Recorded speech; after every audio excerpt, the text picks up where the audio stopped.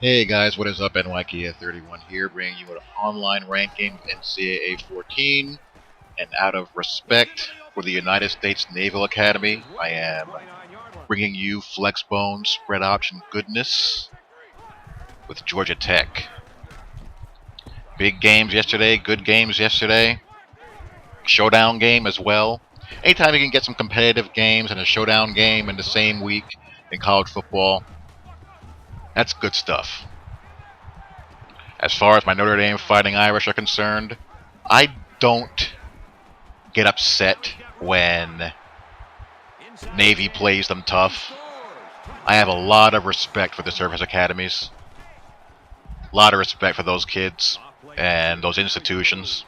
And whenever Notre Dame plays a service academy, I want the academies to compete, play well, but lose. That's basically it. And it was good to see Paul Johnson's disciples uh, get their kids playing hard, but Notre Dame pulls out that W. I want to focus this week's commentary on the Sunshine State. Because outside of the Notre Dame game, I was paying attention to Florida, Georgia, and of course you had Florida State and Miami in prime time, and I live in Florida. So, I see those programs a lot. And, out of the three, I watch or, lean towards the Gator faction more than the other two. Obvious reasons: Notre Dame, Miami history, and FSU, Notre Dame in '94.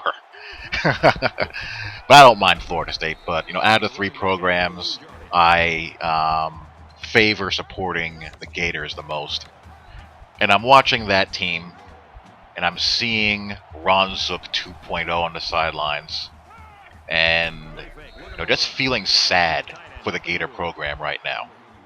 When you look at how they're playing, um, the talent level, and the coaching, as you see Muschamp do some really bizarre things decision-wise. The team's not playing with very much discipline, and I can understand having players injured and whatnot. That happens, but you're the Florida Gators. You gotta be better than this. You have to. I mean, it wasn't too long ago. It really wasn't that long ago when the talent level there was really, really high. And then, of course, Urban left, and Urban towards the end kind of mailed it in.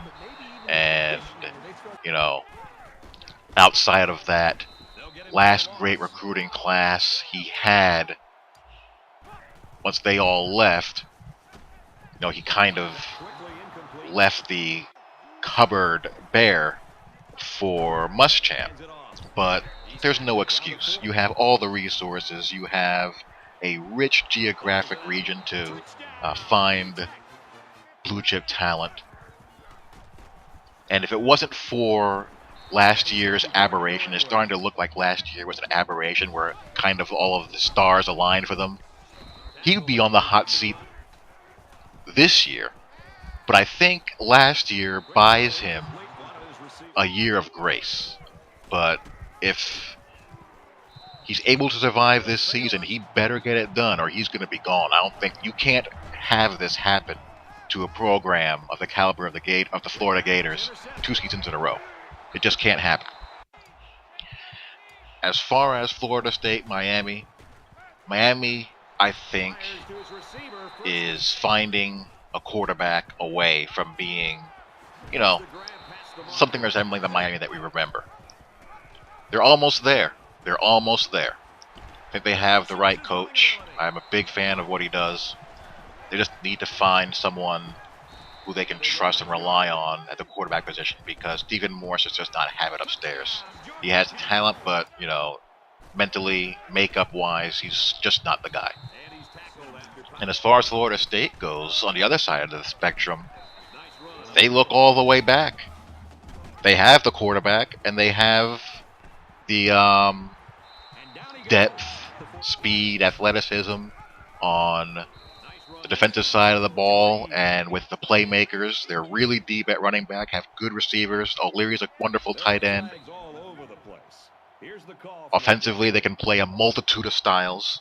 They're the real deal. They might be the second best team in the country. They might be the best team in the country. I mean, who's playing better than them right now when you factor in the schedule that they've played? If you're an Ohio State guy, I don't know. You gotta be a Stanford and LSU fan next week, because Ohio State's just not going to be able to close the ground otherwise. It's just not going to be able to happen. And there's a lot of football left to be played, a lot of stuff left to shake out.